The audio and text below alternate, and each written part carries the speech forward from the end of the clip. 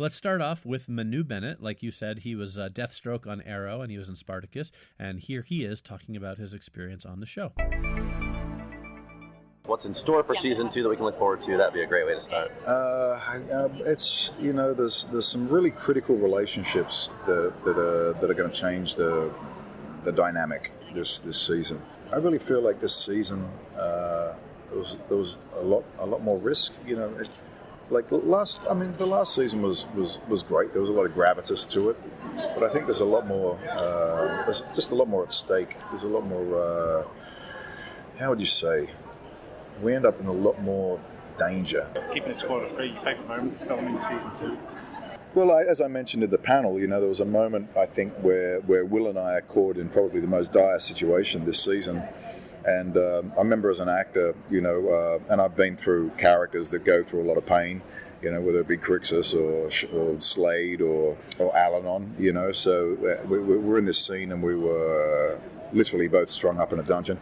And there was just a moment where him and I had this conversation about what we put into our acting, what we're willing to invest in it so that people will understand the feeling, of what you're going through, to actually really feel it rather than just play it on the surface level. You can hang there in chains and go like, you're torturing me. You can do this or you can do it. And it's not so much about the noise or the volume or... you have to forget acting. You have to actually just go into pain and go into suffering, and we had this conversation, and Austin had gone one way, and I took one way, and then we both decided we'd lock up on something, and we were both looking at each other across the room, and it was interesting because we were both pushing each other into a darker, more painful place constantly, and I couldn't have been more proud and it was this one moment we worked together as actors to bring that truth to that moment.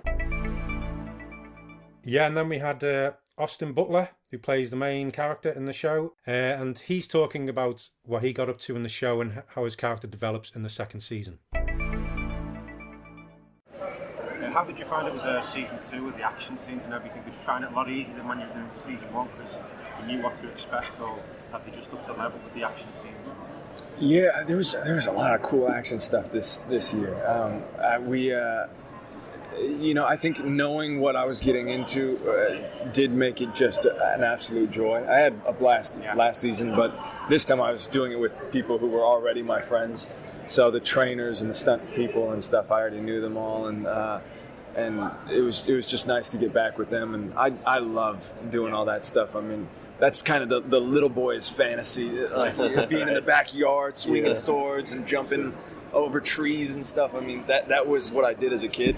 And so to get paid, totally. My mom would get so upset because I'd go out there and I'd whack a cactus or something like that.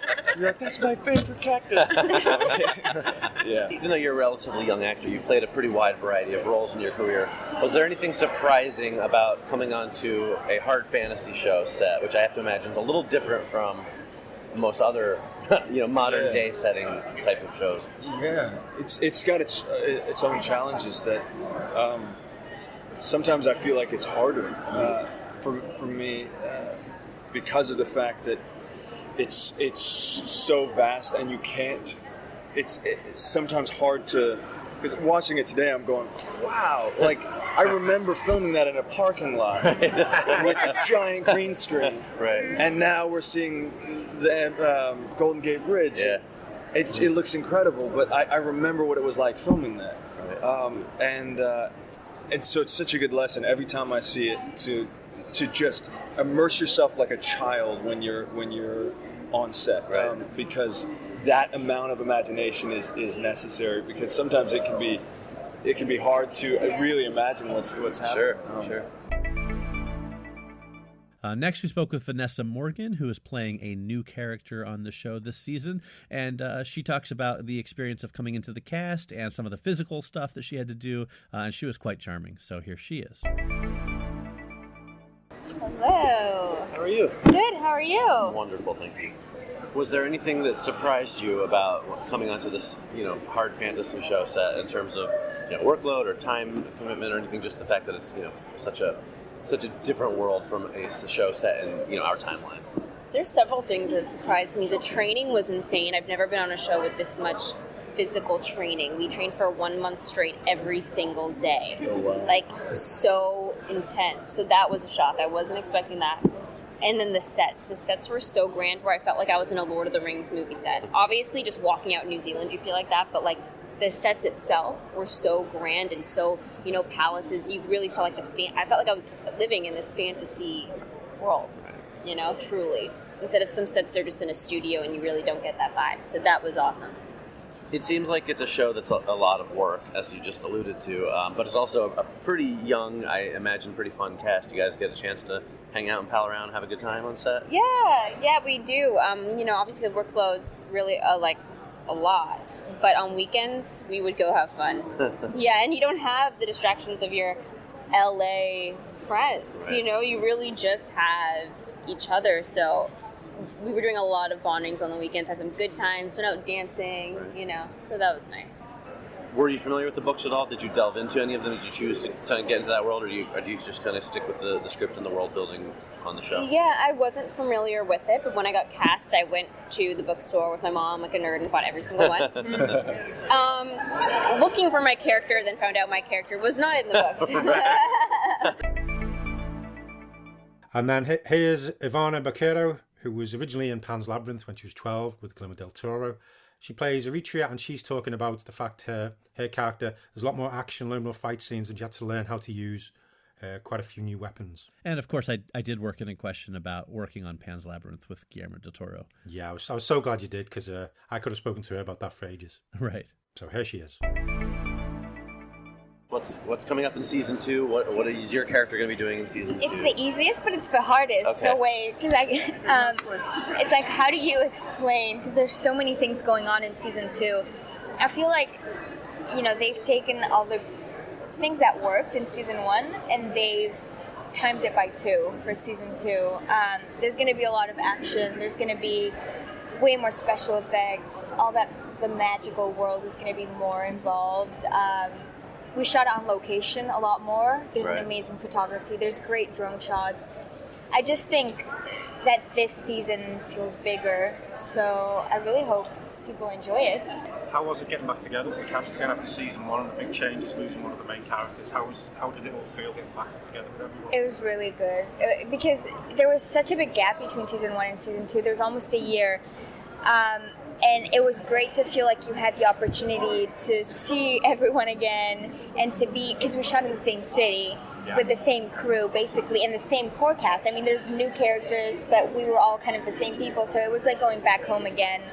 And, you know, it was really nice, and New Zealand is an amazing country, so we felt really, really welcomed. What was your favourite kick-ass moment of the character in season 2? That's a sneaky question.